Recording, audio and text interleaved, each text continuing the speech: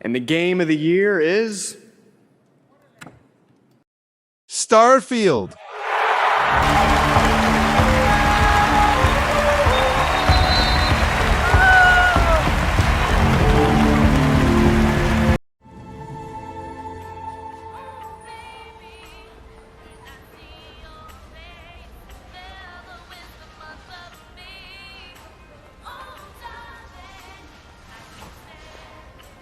Where am I?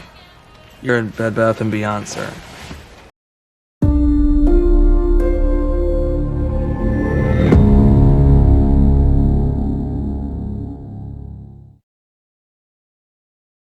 We can dream, can't we? We can dream that Starfield was the game we wanted it to be. But it wasn't. Starfield didn't win Game of the Year, it didn't redefine open world RPGs, and people won't be playing it for decades. But it could have been. If you watched my video last week, you already know why Starfield failed. We talked about the marketing, the expectations, the release, and everyone's realization that this wasn't going to be Bethesda's best. It was going to be among their worst. We broke down the big problems that Starfield suffers from. Gutted exploration, empty procedural spaces, cities that look impressive but feel hollow and lacking, companions that are as bland as oatmeal, binary choices, and load screen hell. The goal of this video is to expand on that in a productive way. Starfield didn't fail because it was rushed, or unfinished, or technically impossible to pull off. It failed because Bethesda made the wrong design decisions throughout development, and everything else was built on top of those choices. That alternate version of reality you just saw didn't require better hardware, didn't require another 5 years of development. Hell, it doesn't even require a new engine. It just requires a different design philosophy and different priorities. So in this video, I'm going to walk you through Starfield's core design flaws and show what should have replaced them. This isn't meant to be just a wish list or fantasy rewrite. I'm going to do a realistic, in-depth breakdown from a developer's perspective on the kind of decisions that Starfield should have made and has made in the past. The goal is to create a fun and engaging way to look at game design and maybe highlight some flaws in Bethesda's processes. Now, this video isn't meant to dunk on Bethesda, and hindsight is 2020, but as you'll see shortly, a lot of the decisions that Bethesda made don't make sense, and may show a disconnect with their fanbase. If you haven't seen the first video, I would recommend watching it before this one, but it is not a must. We just laid out what went wrong, so now let's talk about how to actually fix it. Before getting into the fixes, I want to slow down for a minute and talk about how I approached this process.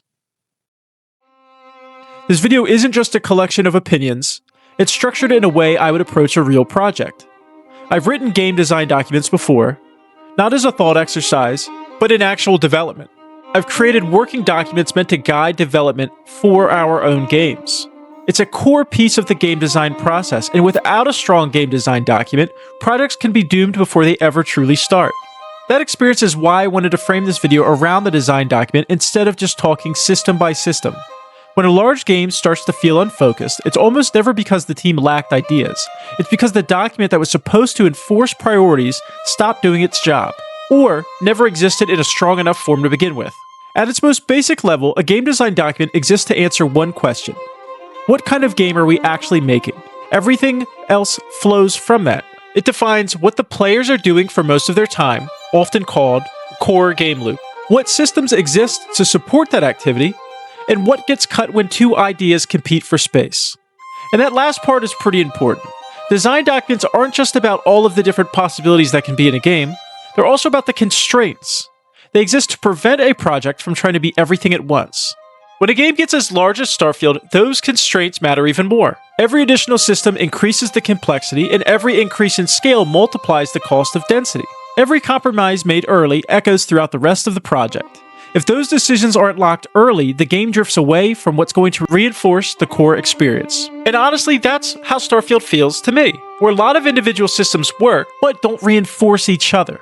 Exploration exists, but it isn't treated as a primary activity. Outposts exist, but they don't reshape the world. The cities exist, but they aren't built to reward player curiosity. Choice exists, but it's framed as a selection rather than a consequence. Those are the kind of problems a design document is meant to prevent. So instead of asking how Starfield could be patched or expanded, I approached it in the way I would a redesign.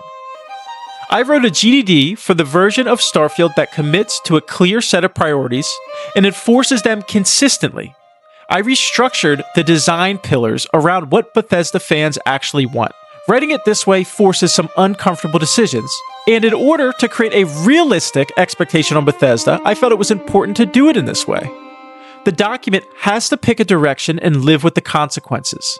It's not helpful to do a redesign and say, I would have just designed the perfect game. 4 design pillars ended up forming the foundation of my version of Starfield. And these aren't my version of Todd Howard's marketing bullet points. The game has over 200 dungeons, all handcrafted. And one of the great things about having a fully dynamic game engine is all of this just works. They are constraints that the rest of the game has to obey. The first is that exploration has to come before scale. That decision alone reshapes almost everything. How many locations can exist? How they're built? How often players move through menus versus the world itself? The travel time before points of interest. The second was that density mattered more than quantity. Fewer places, deeper interactions. If a location exists, it needs to justify the time it asks from the player. That applies to planets, cities, interiors, and even side content. The third was that systems could not exist in isolation. Outposts, factions, companions, ships, and skills all had to feed into one another. If something didn't echo back into the world in some way, it didn't earn a place. And the fourth was that player choice had to reshape the game. Not just redirect dialogue. Decisions needed to alter systems, availability, risk, and progression. Not just binary choices or different cinematic ending scenes, but how the game actually plays hour to hour. Once those pillars are locked, Starfield's shipped design stopped making sense. You can trace almost every major issue back to one of these priorities being ignored or deprioritized. So from here on, I'm going to walk through how those pillars changed the game in practice, where Starfield went wrong, what the game design document will exclude, and what it will replace instead. We're going to redesign different systems, and I hope you enjoy it. If you've watched up to this point and you're excited for this content, please comment, like, and subscribe. Also, check out our game, Winter Reach Emporium, In the description and give it a wish list. and we can jump right in. And it starts with exploration, because in our version of Starfield, everything else is built on top of it. Exploration is where we make our first cut. In Bethesda's Starfield, exploration is built around scale. 1,000 planets built with procedural surfaces, landing zones that generate fish bowls to contain the player, and random points of interest scattered across a wide terrain. On paper, it sounds terrible. And in practice, it was also terrible. It's a wonder that this actually shipped in this state. Aside from pre-designated handcrafted zones, most planets are completely empty canvases. You land in a patch of terrain, scan a few structures, clear a randomly generated facility, then fast travel out. After doing this literally twice, you realize this is the extent of Starfield's exploration. This is particularly brutal because exploration was billed as the high point of the game. In reality, it's the weakest aspect. Bethesda games, specifically The Elder Scrolls, are almost carried by wanderlust and random exploration. To see that completely undermined is baffling and raises some serious questions. Under our GDD pillars, that design is pulled up by its roots immediately. We are prioritizing exploration before scale. Planet counts need to be balanced around the fact that they need to be engaging to explore. If density matters more than quantity, then repetition is not acceptable. We also outline that systems must interlock. If so, then exploration has to feed into factions, risk, and world state. So the first decision we have to make in our redesign is simple but uncomfortable. Most of the planets are gone, cut dramatically. Instead of thousands of largely empty worlds, the redesign focuses on a small number of curated systems. Each system contains authored regions built the way Bethesda used to build maps. Traversable spaces with landmarks, unique facilities, environmental storytelling that isn't pulled from a pool of prefabs. Procedural generation doesn't disappear. On the contrary, it's actually far more important. The only way to build full planets is with procedural generation, but under a new design. It gets demoted. Instead of creating thousands of small fish bowls throughout your playthrough, it will handle terrain variation, environmental details, and cosmetic differences. The weight of content creation will shift to the level and world designers. Landing zones are no longer random circles on the globe. They are tied to authored regions. When you land, you are within a traversable distance of something designated with purpose. You can still fast travel, but you are no longer required to bounce between menus to find anything meaningful. And that single shift changes the player's relationship with the game. As a player, you begin to value locations again. You recognize the shape of a canyon, you remember where a settlement sits relative to a crash site, you build spatial memory instead of hopping between disconnected instances. In Bethesda's Starfield, space travel functions as relocation. You open a menu, select the system, fade out, and appear somewhere else. Under the redesign, space travel is not fully seamless, as I don't think the creation engine can support it. But travel on a planet's surface does support a continuous loop. Land, move, discover, and return. The player's time is spent inside the world rather than navigating through UI. The other hard rule in the document is that no major point of interest can repeat. Once a facility has been cleared, its layout is not recycled across 5 other planets. There is room for procedural dungeons, for lack of a better word, but if a location exists, it exists because it has a narrative or systematic intent. This prevents the content from thinning out as the map expands. Once density becomes a priority, exploration starts feeding into other systems naturally. Factions can test authored regions instead of abstract territory. Outposts are built in meaningful frontier zones rather than empty canvases. Companion reactions make sense because the locations are tied to ideology and risk instead of procedural randomness. Exploration needs to be a strong foundation for a strong Bethesda game. This doesn't require new technology or a new engine. It requires a strong core design philosophy and a willingness to trade size for substance. Starfield tried to simulate the vastness of space. That's an understandable goal, but its vastness was designed in a way that made the world feel empty. A smaller universe with authored friction feels larger in practice. Once exploration is rebuilt around density, the rest of the systems have something solid to stand on. And that brings us to the second structural issue in Bethesda's Starfield. Role-playing and consequence. Once exploration has structure again, the next question becomes identity. Who am I in this world? In Bethesda's Starfield, factions exist. They have questlines and aesthetics, but they don't meaningfully reshape the world or player experience outside of their contained arcs. This has been a long-running Bethesda pattern. Binary choice between option 1 or option 2. The Stormcloaks and Imperials, Railroad and the Institute, and in Starfield, Crimson Fleet or SysDef. 2 tracks, pick one, and see a different ending slide. Bethesda treats choice as a selection, but real role-playing isn't about choosing between 2 doors. It's about committing to an identity that reshapes systems around you. Under the redesign, factions are the engine of consequence. Joining a faction isn't just unlocking content, it's also closing other paths. If you align with SysDef, Crimson Fleet territory becomes hostile. Not just in one mission, but permanently. If you back the fleet, lawful systems increase inspection rates. Patrol density rises in settled systems. Smuggling becomes more lucrative but more dangerous.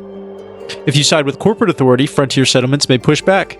Prices may change, dialogues shift, access changes. Faction allegiance becomes a modified layer across travel risk, market behavior, companion relationship, city security, and random encounters. The key change is that factions don't live in isolation anymore. In Bethesda's Starfield, each faction arc largely ignored others. You can complete most of them without the world feeling unstable. In the redesign, factions overlap geographically and politically. Their influence is visible on the map. Territory shifts, patrols change, news terminals may reflect tension. And most importantly, the player can't experience everything in one playthrough. I know that's uncomfortable for completionists, but I find it is essential for role-playing. Also, background traits and skills plug into this. A former soldier background gives you credibility with formal authorities. A smuggler background opens criminal contracts, but each one narrows something else. Skills are no longer just permission checks. They alter resolution structure. For example, a diplomat may resolve conflict through a leverage, or a corporate agent may resolve it through contract manipulation. Same situation with different outcome logic. That's role-playing, and this GDD enforces one hard rule here. No faction choice without persistent systemic friction. If a player joins a faction and nothing meaningful changes outside of that questline, the design has failed. This fixes something Starfield struggled with. In Bethesda's version, you see the outcome and then the world moves on. In the redesign, once you do something, the entire world recalculates. Role-playing shouldn't be cosmetic, it should be a structural change.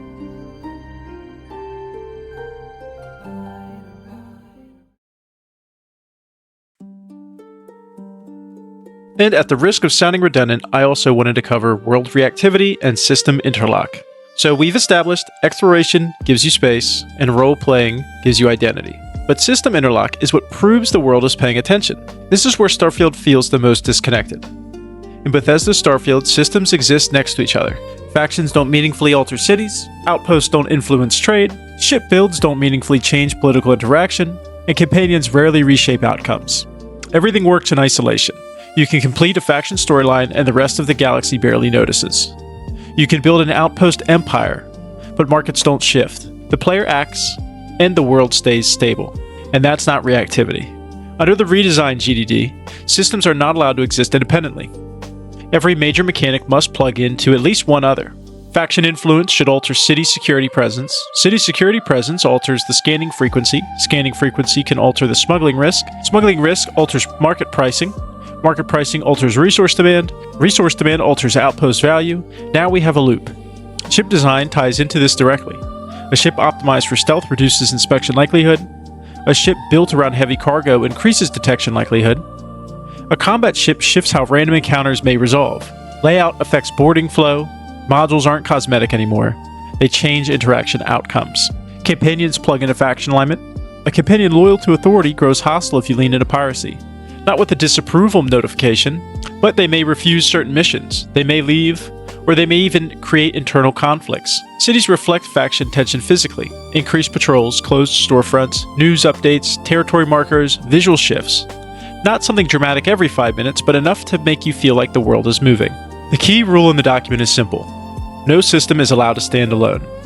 If it doesn't influence or get influenced by at least one other major system, it gets cut or redesigned. This is what Starfield lacked. The game has a lot of mechanics, but it doesn't have a network. When systems interlock, the world starts feeling more alive. When you destabilize a region, trade routes should shift. If you support corporate authority, frontier settlements should change their tone. If you commit piracy, lawful systems should heighten security. Your actions should ripple outward. That's world reactivity. And it doesn't require massive new tech. It just requires design discipline. It requires treating the game as a connected ecosystem instead of a collection of features. And it makes everything matter more. Exploration, faction allegiance, ship design, player choice. And when features matter more, it can only be a positive outcome.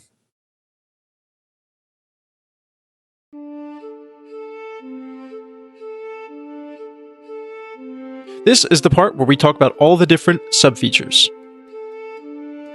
And the first one we're going to touch on is cities. If exploration is dense and factions have weight, then cities become a stress test. In Bethesda's Starfield, cities look large. New Atlantis feels expansive on approach, Neon has a strong visual identity, and Aquila has a fun frontier flavor. But once you move through them, they flatten out. They function as quest boards and shop hubs. Districts are spaced out instead of layered, verticality is limited, most interiors are segmented, generic NPCs fill space but are nightmare fuel to look at, and there's very little systematic interaction happening beyond quest delivery. Under the redesigned GDD, cities are not backdrops, they're pressure points. Our first rule is density over footprint. New Atlantis doesn't need to be wide, it needs to be layered. More interiors, more hidden routes, more vertical traversal, and fewer empty plazas. If a player ignores the quest marker to turn down an alley, there should be a reason. Second rule is visible faction presence. Cities must physically reflect political tension. If you support SysDef, patrol presence should increase in contested districts. If you side with the fleet, certain areas should grow unstable, black markets expand, law enforcement pulls back from certain zones, security isn't static. The third rule is cities must interlock with the economy. Outposts supply cities, resource shortages change vendor stock, smuggling affects pricing. If piracy increases in a system, corporate districts should tighten trade policies. The fourth rule is city themes should be reinforced. City themes shouldn't just be visual, they should be deep and systemic and felt beyond the first impression. And the fifth rule is generic NPCs shouldn't give me nightmares. I'm not really sure why this had to happen to begin with, but we should make it a rule. Right now, Starfield cities feel staged. Clean, static, and visually competent, but mechanically shallow. The redesign forces cities to carry a systemic load. They reflect faction control, economic shifts, player alignment, and contain off-path discovery. When cities operate this way, they stop becoming transitions between spaces and missions. They become hubs for the player. In Starfield, which city competes with the aura of Whiterun? If we can't answer this question by the end of the redesign, we have to go back to the drawing board.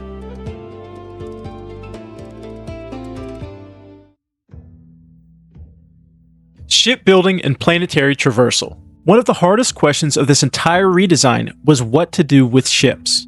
Because if I'm being honest, shipbuilding is one of Starfield's strongest systems. It's flexible, it's fun, it's creative, and it's deep. I spent hours in it. It's one of the few features that's fully realized. And that creates a problem, because while designing ships is fun, using them is not. For a while, I genuinely considered cutting ship flight almost entirely, just abstracting it, using ships as glorified fast travel nodes between curated planets. And that would have been the cleanest design solution, but it also would have gutted one of the most beloved features in the game. So this question becomes, how do you keep shipbuilding meaningful while being realistic about the engine's limitations on seamless traversal? The answer is tightening the scope. Deep space travel has to remain abstracted. You still grav jump from planet to planet through a menu. You don't manually fly between celestial bodies. That's unrealistic for the engine. And more importantly, it's not the fantasy we're going to prioritize. But once you jump into a system and descend to a planet, everything changes. From that point forward, planet is seamless. You can fly in atmosphere, approach terrain from altitude, manually land, and take off without cutting to black. No procedural fishbowls, no invisible circular borders, no being placed into isolated instances. The ship becomes a traversal tool, not a loading screen. Now this does a few critical things. First, it restores scale without relying on emptiness. Flying over terrain lets you see landmarks from a distance, smoke plumes, settlements, crashed ships, geological features. You can build spatial memory because you physically move through the space. Second, it justifies ship design. Engines affect atmospheric handling, mass affects lift and maneuverability, scanner modules let you detect points of interest from the air, cargo capacity affects how long you can remain on an expedition before returning to a city, hull strength determines how you handle storms and environmental hazards. Now shipbuilding plugs directly into exploration. You don't build a ship to win orbit combat minigames anymore. You build a ship to survive and navigate the frontier. This is a hard call, because it means accepting that Starfield will not be a seamless interplanetary space sim. It won't compete with No Man's Sky in that lane. It won't simulate orbital physics, but I don't think it needs to. Bethesda's strength has always been on the ground, walking through terrain, discovering something unexpected, learning the shape of a place. The ship becomes an extension of that loop. You use it to jump between frontiers, and use it to traverse the frontier, and then you get out and explore. That balance preserves what works, and it remains realistic. It doesn't cut shipbuilding, it focuses it around a different priority. And that's what this entire redesign is about. Not adding more features, but choosing which features matter.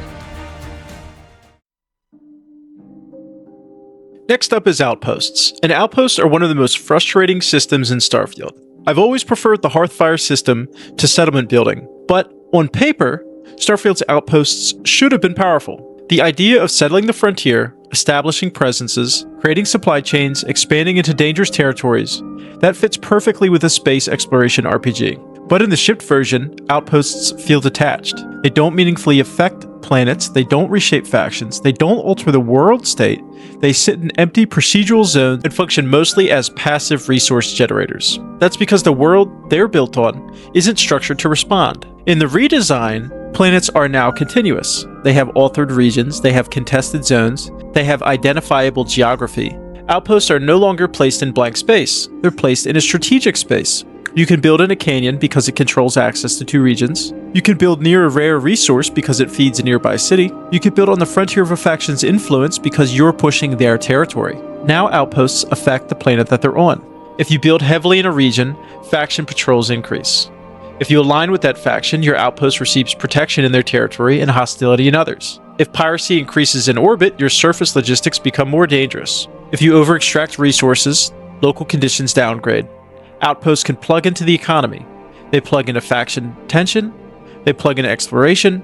They're no longer optional side content running parallel to the game. They become forward operating bases in a living world. This is where the early design discipline mattered. Outposts don't just justify empty space like they do in Bethesda's Starfield. They reinforce meaningful space. You can't build anywhere just because nothing's there. You build where it matters, where geography matters, where politics matter, where trade routes matter. This also means scaling them back slightly. Not every planet needs infinite build potential. Some regions are protected, some are unstable, some are too dangerous. Constraint makes Outposts feel intentional instead of sandbox filler.